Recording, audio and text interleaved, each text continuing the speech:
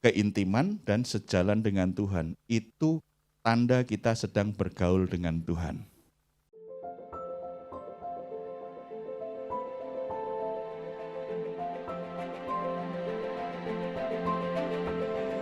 Di hari ini kita akan melihat satu kebenaran firman Tuhan tentang seseorang yang bergaul dengan Tuhan luar biasa. Seseorang yang dicatat di Alkitab secara luar biasa, walaupun tidak panjang, tetapi sebuah catatan yang indah dalam hidupnya. Karena dia bergaul dengan Tuhan. Kejadian pasal yang kelima, ayat 21 sampai 24. Kita akan membacanya bersama-sama. Setelah Henok hidup 65 tahun, ia memperanakkan Metusalah, dan Henok hidup bergaul dengan Allah selama 300 tahun lagi. Setelah itu ia memperanakkan Metusalah, dan ia memperanakkan anak-anak lelaki dan perempuan. Jadi Henok mencapai umur 365 tahun, dan Henok hidup bergaul dengan Allah. Lalu ia tidak ada lagi sebab ia telah diangkat oleh Tuhan.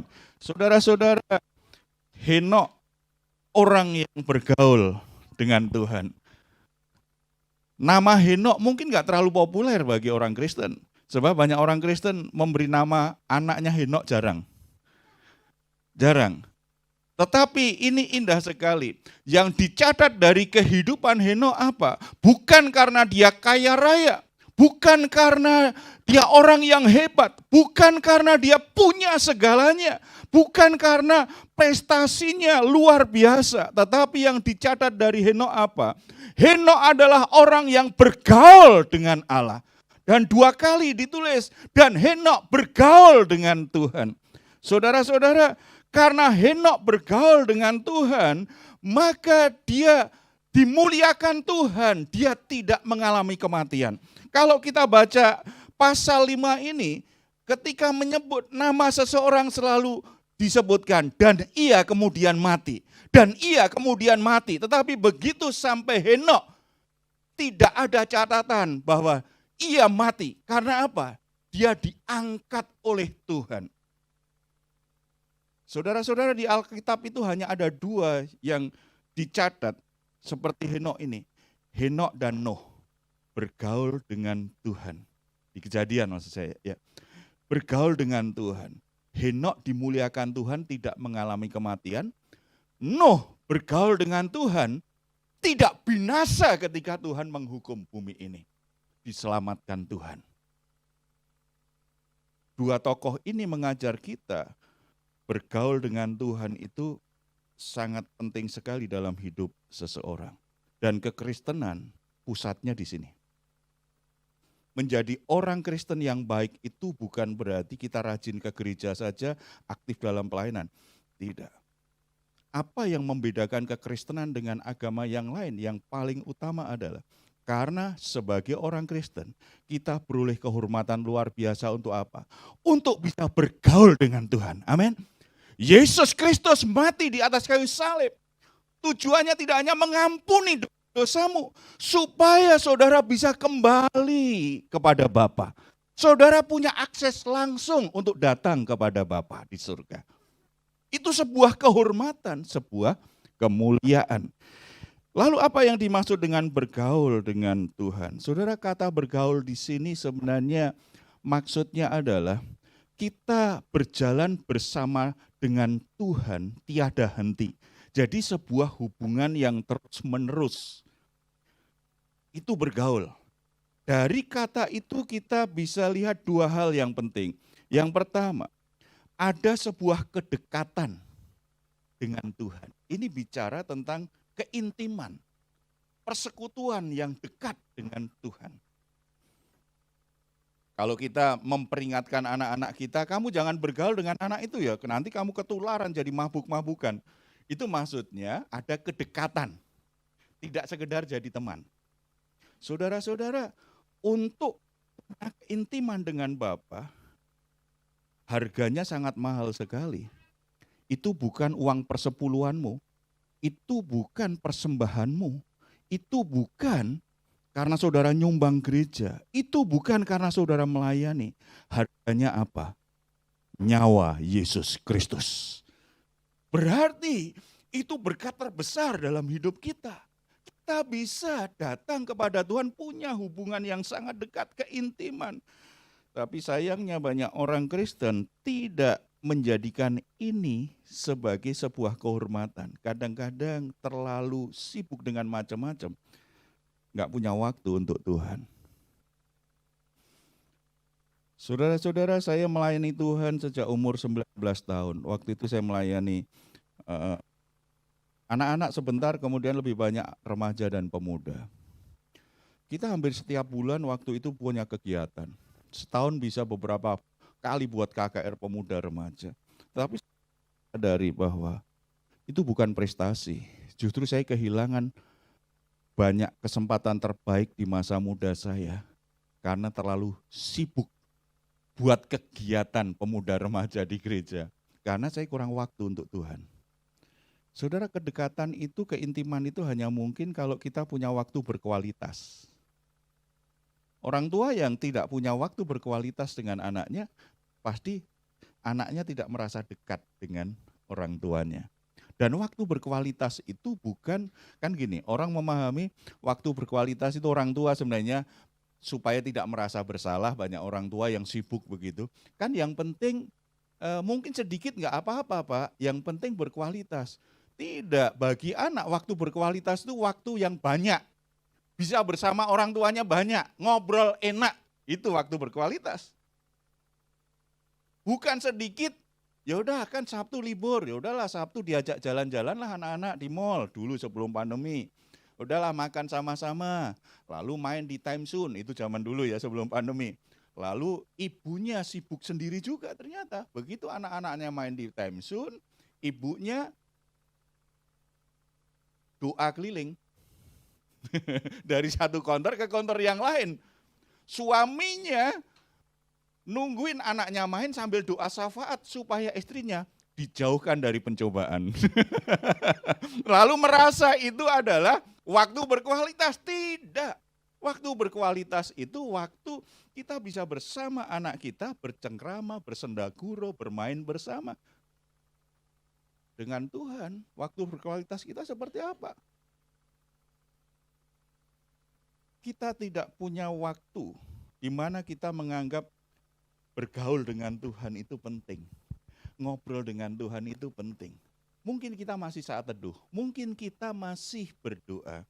Tetapi kadang-kadang sifatnya hanya sekedar mengajukan proposal permohonan saja. Bukan bergaul, bukan keintiman. Keintiman itu ada interaksi dua pihak. Saya bicara dengan Tuhan, Tuhan bicara dengan saya. Saudara-saudara, kita punya kebiasaan saat teduh, kadang-kadang lebih banyak kita yang bicara. Kita laporan kebutuhan kita apa kepada Tuhan. Tetapi apakah kita sungguh-sungguh sedang membuka hati, Tuhan mau bicara apa ya dengan saya? Saudara-saudara, saya sarankan kalau saat teduh, mulai dengan buka hati, Tuhan bicara apa ya denganku? Dan setelah itu pokok doamu disesuaikan dengan apa yang Tuhan katakan.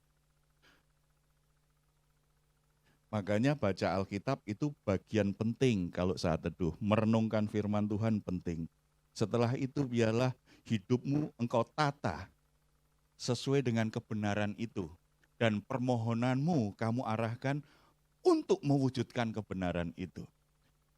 Keintiman itu tidak formal. Keintiman itu kehangatan ya, informal. Kayak anak dan bapak. Anak saya sekarang udah gede semua, tetapi masa kecil saya coba cek anak saya dekat dengan saya atau enggak. Itu biasanya saya cek. Anak saya kalau duduk bersama dengan saya bisa ngobrolnya enak enggak ya? Atau dia baru sebentar aja sudah pergi. Kalau masih kecil ya, masih remaja. Kalau udah dewasa kadang-kadang perginya bukan karena enggak suka, kadang-kadang ada urusan lain gitu. Tapi kita bisa cek sebagai orang tua. Atau hanya formal saja. Enggak, keintiman itu sifatnya informal. Dan gambaran yang paling baik itu hubungan suami istri. Suami istri itu mestinya mencapai keintiman, hubungannya sangat dekat sekali, bisa curhat satu sama lain, ngobrol, itu enak, itu intim namanya. Bapak Ibu yang sudah menikah dulu sebelum menikah, itu bisa hanya makan bakso bersama-sama, itu bisa ngobrolnya 2 jam. Betul nggak dulu sebelum menikah, Bapak Ibu? Cuma bakso tuh. Tetapi begitu menikah, ngobrol 10 menit sudah dianggap terlalu lama. Istrinya cerita 10 menit, panjang sekali kamu ngomong. Dulu waktu pacaran, ngomongnya ngomong apa juga pokoknya didengerin aja kan. Karena ada keintiman, kedekatan, hati satu sama lain terbuka. Dengan Tuhan itu harusnya begitu loh, asik. Makanya kalau ada yang tanya Pak Heru sehari berdoa berapa lama? Nggak tahu saya. Sebab saya nggak mau hubungan dengan Tuhan hanya ditentukan oleh waktu formal saya berdoa. Lipat tangan, tutup mata, berdoa. Enggak. Saya perlu bangun hubungan dengan Tuhan itu intim. Saya perlu konsultasi untuk keputusan-keputusan tertentu. Saya perlu curhat dengan Tuhan. Itu tidak dibatasi waktu ketika saat teduh.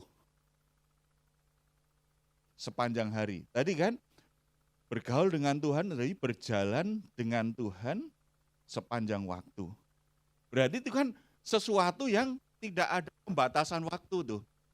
Terus menerus. Jadi seperti suami istri kan, hubungannya tidak dibatasi oleh ruang dan waktu. Kalau nggak ketemu ya tetap aja kan istri masih tanya, Pak udah makan? Chatting WA kan? Suaminya kalau dia hatinya masih ada kedekatan dengan istrinya membalas. Tetapi kalau enggak, dia pura-pura enggak baca itu. Atau kalau lagi hubungannya lagi renggang akan jawab, kamu itu kayak anak kecil aja aku, kamu kontrol terus. Padahal istrinya hanya pengen memastikan suaminya makan dengan baik. Dia tidak ingin suaminya lapar. Lupa makan, nanti sakit. Problemnya di mana? Kenapa hanya chattingan gitu tanggapannya beda? Hubungannya berarti mulai terganggu. Nah, kalau dengan Tuhan keintiman itu seperti itu, asik sekali. Kita ada persekutuan yang sangat dekat ya, tidak dibatasi hanya kalau kebaktian saja, tidak dibatasi kalau saat teduh saja. Hari demi hari semua aktivitas kita bisa tetap dekat dengan Tuhan. Itu namanya keintiman. Makanya kata bersekutu itu saudara, kalau konsep Alkitab bersekutu itu seperti sharing. Berbagi perasaan, berbagi beban. Itu bersekutu. Kalau kita bersekutu, itu mestinya seperti orang sharing. Jadi semuanya punya andil. Dalam gereja itu kan persekutuan orang percaya. Semuanya punya andil. Kontribusinya saja beda-beda. Sesuai dengan yang dia mau. Tapi semuanya berbagi. Itu namanya bersekutu. Bersekutu dengan Tuhan, bergaul dengan Tuhan, bersekutu dengan Tuhan berarti ada interaksi. Tuhan bicara apa dengan saya, dan saya ingin bicara apa dengan Tuhan. Dan dalam Kristus, kita tidak lagi dibatasi oleh ritual, oleh aturan agamawi, tidak. Walaupun tetap rasa hormatnya adalah, anak dan bapak aja ada hormatnya, mosok dengan Tuhan nggak ada hormat gitu ya. Tetapi itu bicara sebuah kedekatan. Berarti Henok itu punya kedekatan luar biasa dengan Tuhan itu. Bergaul dengan Tuhan, pengertian yang berikutnya selain tadi karena berjalan bersama Tuhan, berarti kita ini sejalan dengan Tuhan. Setuju dengan Tuhan. Melakukan hal yang sama seperti yang Tuhan lakukan. Kemana Tuhan membawa kita, kemana Tuhan pergi, kita ke situ. Apa yang dilakukan Tuhan, kita juga ingin melakukannya. Sejalan dengan Tuhan, itu bergaul dengan Tuhan. Pikirannya selaras dengan Tuhan. Kemauannya, keinginannya selaras dengan Tuhan. Itu kan Kristus sudah contohkan. Bukan kehendakku Bapa, tetapi kehendakmu yang jadi. Itu namanya bergaul. Itu namanya sejalan dengan Tuhan. Mulai dari apa yang Tuhan kehendaki. Saya belajar sekian lama melayani, akhirnya kesimpulan saya satu.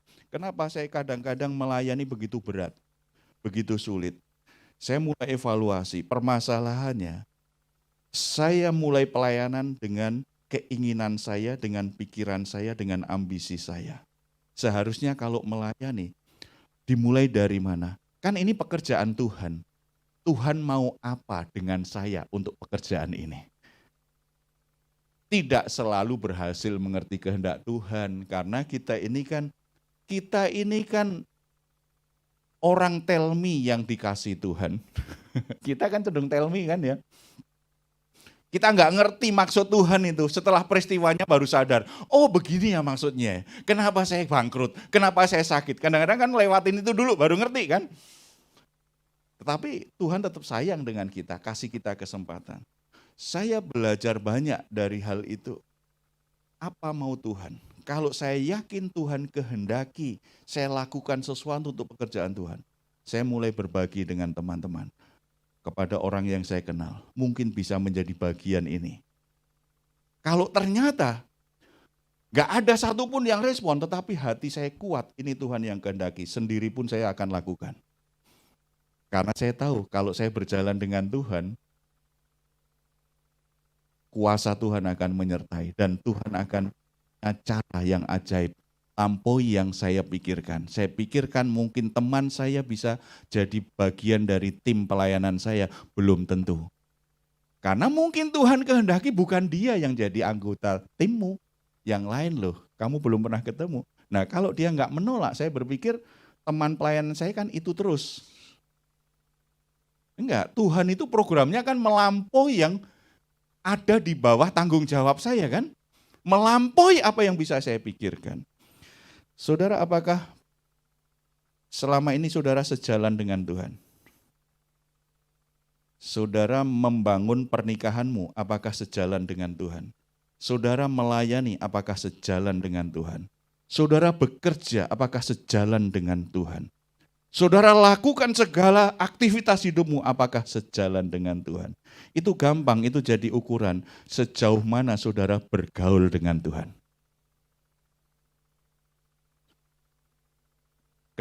Keintiman dan sejalan dengan Tuhan, itu tanda kita sedang bergaul dengan Tuhan. Ada hal-hal yang menghalangi, membuat kita tidak bisa bergaul dengan Tuhan. Ada beberapa hal. Saya kan lama pelayanan pemulihan. Saya ketemu banyak orang-orang yang aktif pelayanan, bahkan hamba Tuhan, hubungannya dengan Tuhan bermasalah. Ada beberapa hal ya, saya jelaskan 2 saja. Yang pertama, karena ada dosa yang belum dibereskan. Alkitab berkata, apa yang membuat kita jauh dari Tuhan? Dosamu, pelanggaranmu. Kalau kita menyimpan dosa, kita lakukan dosa, kita sembunyikan, tidak ada satu orang pun yang tahu, tetapi kita tidak bereskan di hadapan Tuhan.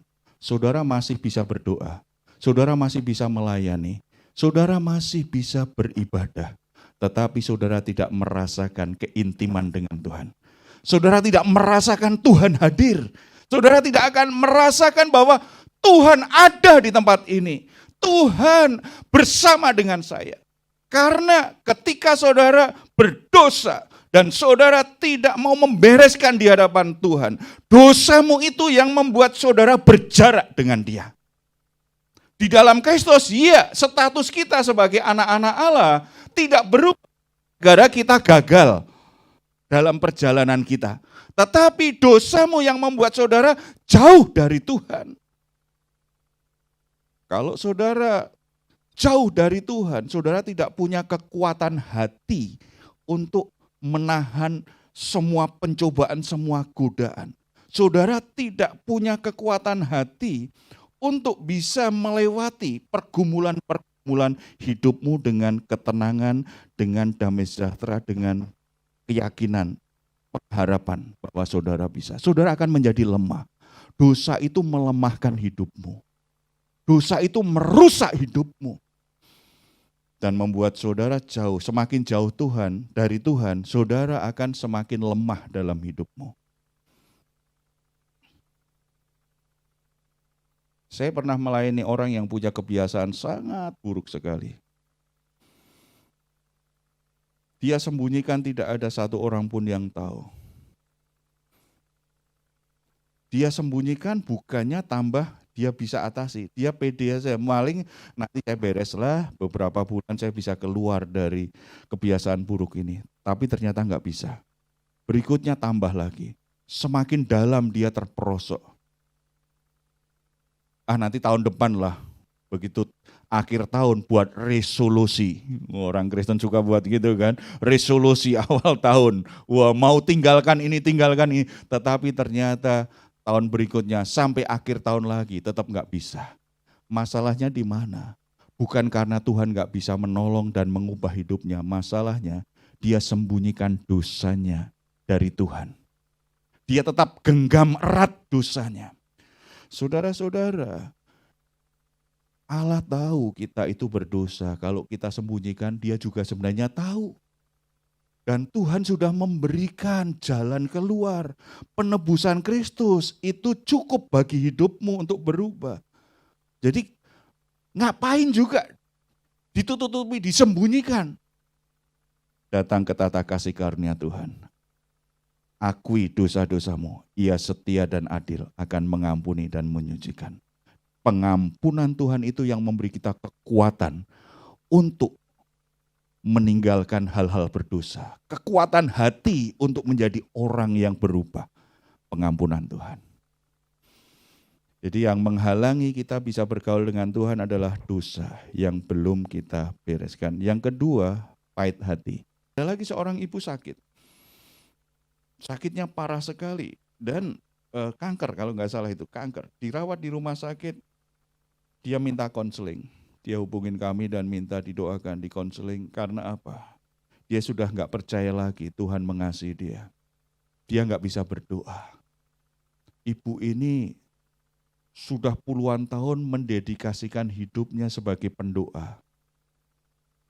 Suka besuk ke orang sakit, mendoakan orang sakit. Di gereja dia jadi tim doa, komitmennya besar. Tetapi ternyata divonis dokter, dia sakit kanker. Awal-awal dia masih yakin seperti yang sering dia katakan kepada orang lain, percaya Tuhan bisa menyembuhkanmu. Percaya ada mujizat Tuhan. Awal-awal dia percaya. Tetapi sudah sekian lama lewat proses gak sembuh-sembuh. Di kemoterapi sekian lama sudah mulai kelihatan sehat. Berikutnya muncul lagi. Sampai kondisinya kritis sekali. Dia jadi ragu, apakah Tuhan benar-benar ada? Apakah Tuhan masih bisa aku percayai? Kalau ada, apakah aku masih bisa mempercayai dia? Hampir kehilangan imannya. Karena apa? Pahit hati. Masalahnya tidak selesai-selesai, sepertinya enggak ada jalan keluar. Saudara, hati-hati kalau sedang punya pergumulan panjang. Saudara, kalau tidak jaga hatimu bisa kehilangan imanmu. Pentingnya gereja sebenarnya di sini. Pentingnya persekutuan saudara seiman. Ketika ketika hatimu lagi guncang, pahit hati apapun, saudara kan punya saudara seiman, saudara punya Pak Gembala, saudara punya orang-orang yang melayani. Cerita saja, yang dibutuhkan sebenarnya teman cerita dulu. Kalau ada teman cerita, itu di situ ada secara psikologis saja ya, secara emosional. Ketika kita itu marah, kita kecewa, kita merasa putus asa, kemudian kita ada teman curhat saja, kan lebih lega kan? Kalau lebih lega, masalahnya belum selesai karena hatinya lega, biasanya bisa berpikir lebih jernih kan? Jangan malah nggak ke gereja. Kalau saudara punya banyak pergumulan, jangan malah absen, nggak ke gereja. Alasannya lagi stres, Pak Pendeta, saya izin nggak kebaktian dulu ya. Tidak, semakin masalahmu berat, semakin mencari Tuhan, semakin datang kepada Tuhan. Kalau saudara tidak punya kekuatan untuk datang kepada Tuhan, minta pertolongan teman, sharing, dukung aku dalam doa ya. Aku butuh kekuatan ini, aku butuh motivasi ini, butuh teman-teman yang memotivasi. Situasinya berat, mungkin aku bisa kehilangan iman ini, gak percaya Tuhan ini. Sebab saya ketemu beberapa orang melayani, sudah nggak percaya Tuhan lagi loh. Karena tadi sakit penyakit masalahnya nggak selesai-selesai. Bahaya dengan pencobaan. Kita akan mengerti maksud Tuhan. Kenapa saya terjerumus dengan hutang? Kenapa saya ada pergumulan ini? Kenapa saya sakit? Kalau kita bergaul dengan Tuhan, kita akan tahu alasannya seperti apa. Nah, kalau kita tahu, kita jadi lebih enak nih menjalaninya. Betul kan? Kalau kita tahu, misalnya ada anak muda yang ujiannya berat sekali nih. Tetapi dia tahu bahwa setelah ujian dia akan lulus. Karena ini menentukan kelulusanmu. Maka walaupun berat itu lewatin ujian, dia coba bertahan kan? Dia coba bertahan karena tahu tujuannya. Kalau saudara alami penderitaan, alami kesulitan, saudara nggak akan pahit hati kalau saudara bergaul dengan Tuhan. Karena saudara akan mengerti kenapa kesulitan-kesulitan itu terjadi dalam hidupku. Apa maksudnya? Apa yang harus aku lakukan? Kita jadi mengerti. Kalau tidak, pahit hati. Kalau pahit hati, kita jadi jauh dari Tuhan. Nggak bisa bergaul dengan Tuhan. Pahit hati bisa juga karena konflik relasi. Konflik relasi. Orang yang pahit hati itu biasanya nggak bisa dekat dengan orang itu. Saya pelajari ya, ternyata orang Kristen itu paling sulit mengampuni, pertama dengan orang tuanya. Yang kedua, dengan pendetanya. Ternyata banyak Pak Pendeta, orang yang kita layani kadang-kadang pahit hati tetapi disembunyikan pahit hatinya. Kecewa dengan kita, marah dengan kita, gitu, tapi mereka tahan. Kalau bisa memaafkan dan coba menerima kan baik, nggak jadi pahit hati kan. Cuma masalahnya kecewa dan marahnya disimpan. Itu bukan di Pondok Daud. Iya, Pondok Gede. Kadang-kadang gitu, karena apa? Karena memang hamba Tuhan, gembala gitu kan, seperti orang tua juga. Seperti kita mengampuni ayah, kalau itu kita sangat terluka sekali dengan ayah kita, kan sulit ya. Ada ikatan batin yang sangat kuat. Termasuk dengan bapak rohani ternyata begitu. Ya. Tapi itu bukan alasan bahwa pahit hati dengan seseorang itu benar. Tidak. Kita akan alami kerugian luar biasa dalam hidup kita sendiri maupun relasi kita, dan rohani kita akan rusak.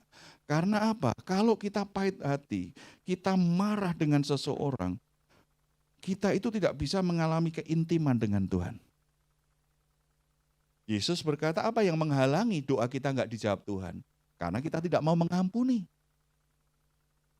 Ketika kita ingin memberi persembahan, Yesus berkata, kalau kamu ingat, kamu bermusuhan, kamu tinggalkan dulu persembahanmu.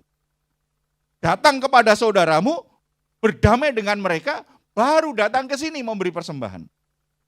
Berarti Tuhan tahu betul hubungan kita dengan orang lain itu menentukan hubungan kita dengan Tuhan. Hubungan kita dengan Tuhan menentukan hubungan kita dengan orang lain. Nah, kalau hubungannya sifatnya negatif, kemarahan, kebencian, pahit hati, pasti hubungan kita dengan Tuhan rusak. Kita tidak bisa bergaul dengan Tuhan. Kita tidak bisa merasakan kehadiran Tuhan. Kita tidak bisa merasakan bahwa Tuhan itu seperti Bapa kita yang begitu sempurna, yang mengasihi kita. Kita tidak merasakan hadirat Tuhan dalam ibadah. Kecewa, marah, sakit hati, manusiawi. Tetapi dalam Kristus, jangan itu dibiarkan merusak hati kita. Karena ada yang namanya kasih karunia Allah. Sebagaimana kita sudah diampuni oleh Tuhan, baiklah kita mengampuni. Ketika murid-murid bertanya berapa kali kami harus mengampuni, berkata apa? 70 kali? 70 kali? Itu jumlah yang banyak. Maksudnya, jangan pernah berkata habis kasih karuniaku untuk mengampuni orang lain. Seperti Bapa di surga tidak pernah berkata, habis pengampunanmu kepadamu. Kebiasaan orang tua kadang-kadang kan memberi kesempatan kepada anaknya cuma 3 kali ya. Mama hitung 3 kali, kalau kamu tetap aja bandel, awas. Kan? Hanya 3 kali, pelit sekali orang tua ini kasih kesempatan anak cuma 3 kali. Tuhan kasih kita kesempatan untuk berubah berapa kali? Tidak terbatas. Umur berapa saudara bertobat? Ada yang 20 tahun, ada yang 30 tahun, ada yang 50 tahun. Yesus berdiri di muka hati kita, ketuk pintu. Ketuk pintu Tuhan. Aku ingin masuk di hatimu. Aku ingin bersekutu denganmu. Kita keraskan hati. Aku ingin mengampuni dosa-dosamu. Aku ingin merubah hidupmu. Aku ingin memberkatimu. Aku ingin menuntunmu. Tetapi kita tetap tutup hati kita. Baru 20 tahun kita buka, itu pun sedikit. Baru 40 tahun kita buka hati. Silahkan Yesus bertahta di hatiku. Betapa sabarnya Tuhan dengan kita. Tetapi kenapa kita enggak sabar dengan saudara kita yang pernah berbuat salah kepada kita? Kenapa kita enggak sabar dengan orang yang punya kelemahan, tidak sesuai standar kita? Kalau kita lupa akan kasih karunia Tuhan yang begitu luar biasa ini kepada kita, itu yang membuat kita mudah di hati kita itu mudah tumbuh akar pahit. Makanya surat Ibrani mengingatkan, jangan menjauhkan diri dari kasih karunia Allah. Supaya tidak tumbuh akar pahit yang menimbulkan kerusuhan, yang mencemarkan. Saudara-saudara, kalau tumbuh akar pahit, kita lupa kita pernah diampuni Tuhan. Kita lupa kita dikasih Tuhan. Kita lupa bahwa juga enggak pantas untuk diberkati Tuhan.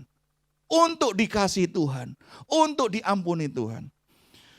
Kita lupa itu akhirnya tumbuh akar pahit. Kalau tumbuh akar pahit muncul kerusuhan. Kerusuhan itu berarti bicara tentang relasi yang rusak, hubungan yang rusak. Kecemaran berarti akar pahit akan mencemari hidup kita. Dan mencemarkan orang lain juga.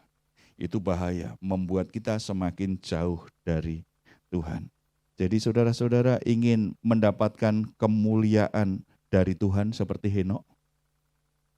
Ingin diselamatkan dari bencana demi bencana seperti yang dialami Nuh?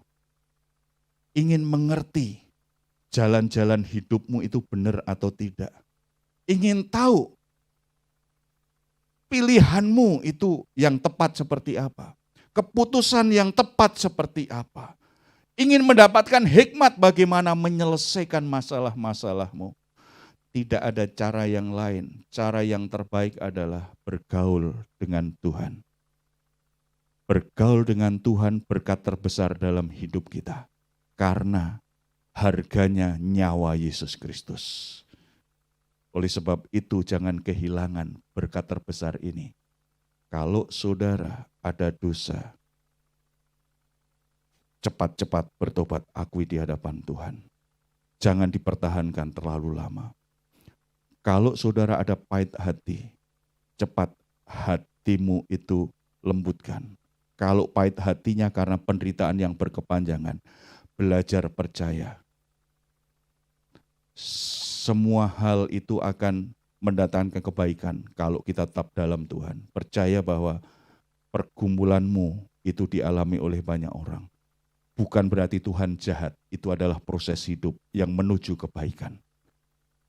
Kalau saudara punya masalah dengan seseorang, saudara belum mengampuni, saudara masih sakit hati, putuskan untuk mengampuni. Supaya saudara tidak kehilangan berkat terbaik dalam hidupmu.